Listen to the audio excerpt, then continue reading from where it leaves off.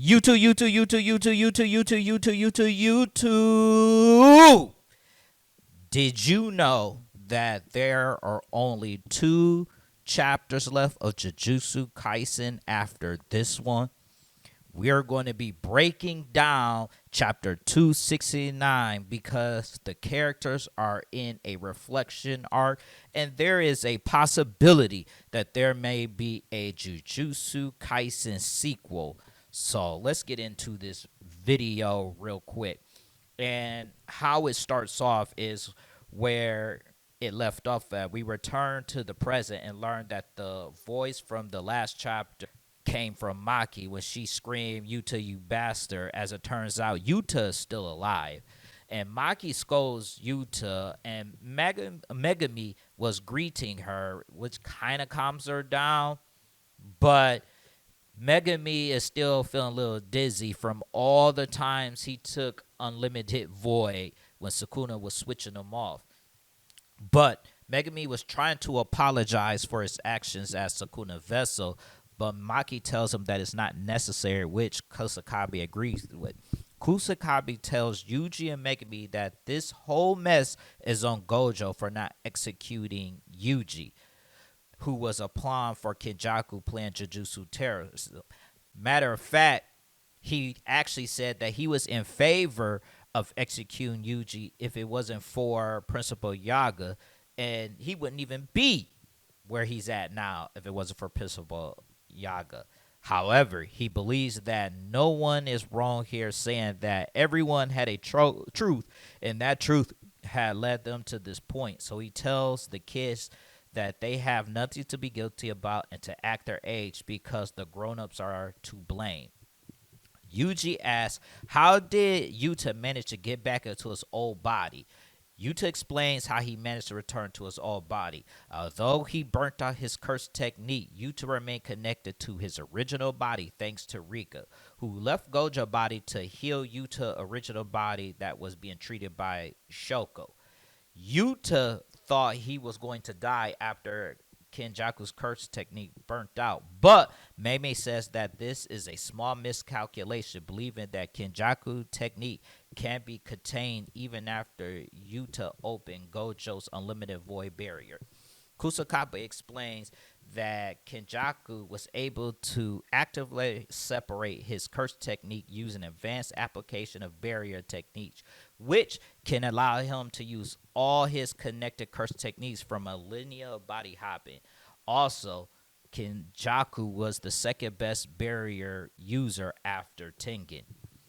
This means that Yuta copy could not perform as such a feat. Once his burnt out curse technique recovered, Yuta was in a state of suspended animation until he reconnected with Rika, who was his external storage of curse techniques. He managed to wake up back in his old body with the stitches on his forehead now. Now, is it possible that Yuta can use Kenjaku's technique again? Probably with some practice. Let me know in the comments section below on what you think about that. Now, Maki says, who cares about Kenjaku's curse technique? She points out the battle. First, she should have been the one leading the attack on Kenjaku.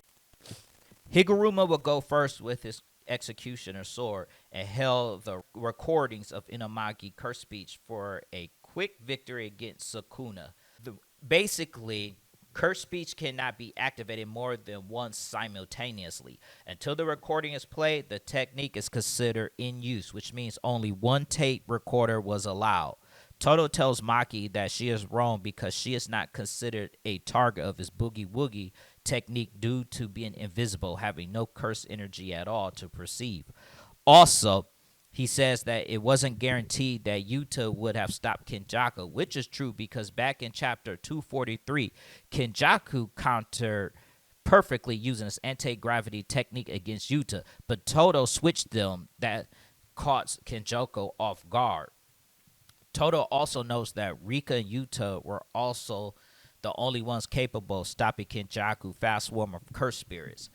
Panda asked that if they used it too soon and while Sukuna was much healthier, the backlash would have killed Inumaki. Indeed, if a target is weakened, not strong enough to protect themselves against the Kurt's speech command, the backlash will be less grave, as shown with the recorded usage in chapter 262.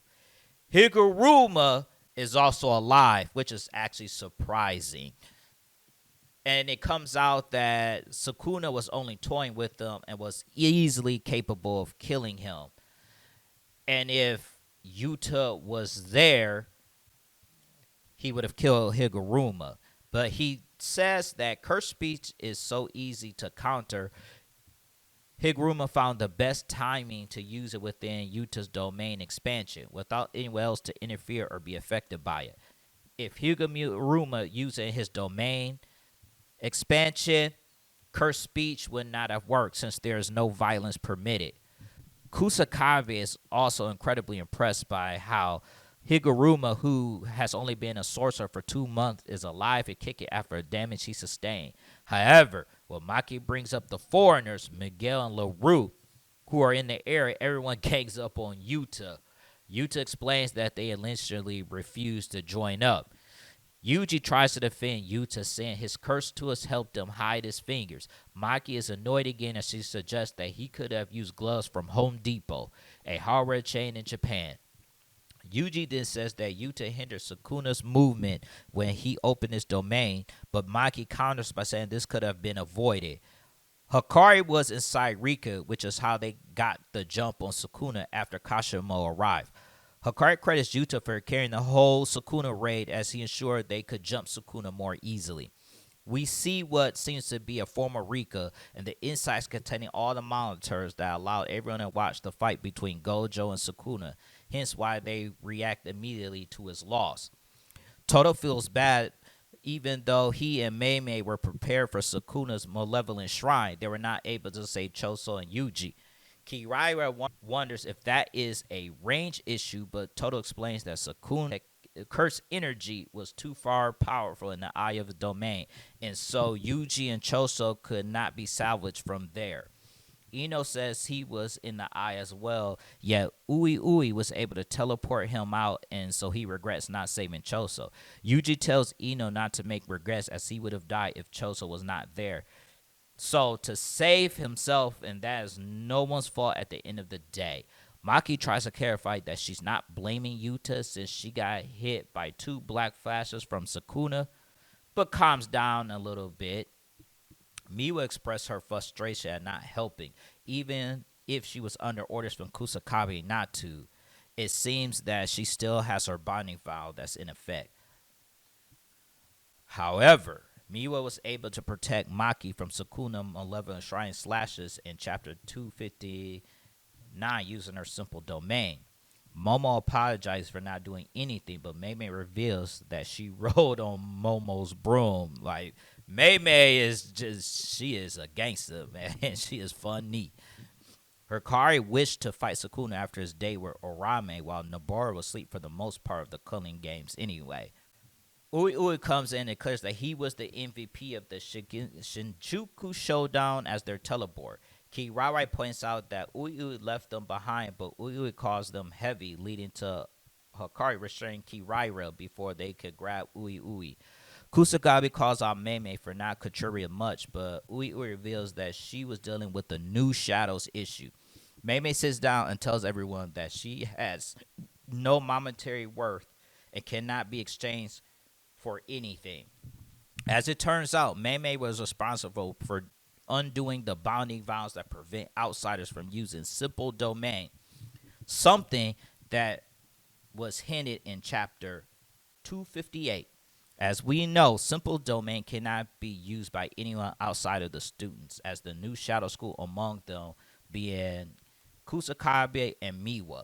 Kusakabe explains that the original creator, Ashiya Sadasutsuna, I might have butchered that, created that bounding vow with the intentions of simple domain being inaccessible to curse user, as in the enemies of Jujutsu society. Over the generations, the school had been less visible and only invites disciples who abide by their unreasonable restrictions. The school, after all, a sanction for sorcerers without curse techniques such as Kusakabe. However, we have seen many sorcerers copy the simple domain. Toto can use simple domain because Yuki Tsukumo taught him how to use it in mecha moral style. What makes a simple domain hard to teach is that within the binding file, it is stipulated that the students are unable to refuse the head of the school when they ask us to mobilize. However, the most troubling part is not obedience to school, but the lifespan. Mei Mei explains that the binding file does not feel like a jujutsu, but a curse upon its user, as there is a rumor that the head of the school absorbs the user's lifespan. The new shadow school is also set up in a way that no one can identify its head. Hence, why there is no way to tell if there is a lifespan contract or how it works. Kusakabe explains that only the head can undo the binding vow of the new shadow school, and no one has any information on the head to the best of his knowledge, except that now Kusakabe is the head of the shadow school, which means that the binding vow and lifespan contract are no longer concerned, and it explains why simple domain could talk safely to Yuji, Choso, Ino, and anyone who did not have any ties to the new shadow school. Mei Mei jokes saying that when Ui will someday succeed as the school head, he can extract a monthly tuition fee. Ui does have a mastery of barrier techniques, having used that great effect from the Shibuya incident against the smallpox deity. Mei Mei lifts her brother up in sheer joy, telling everyone that the Jujutsu world should enter the subscription age. We switch back to a flashback of Mei Mei asking for a price to an old shopkeeper at a small candy store on the street corner. This takes place a month ago of Mei Mei's conversation with the old lady. It's about the latter's life.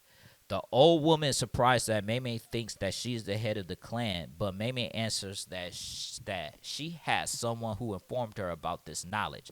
Mei Mei exposed the old lady's motivation to gather enough disciples in the new shadow school to eventually rise to master three great houses, which is the Zenin, Kamu, and Gojo clans, and dominate the Jujutsu society with headquarters.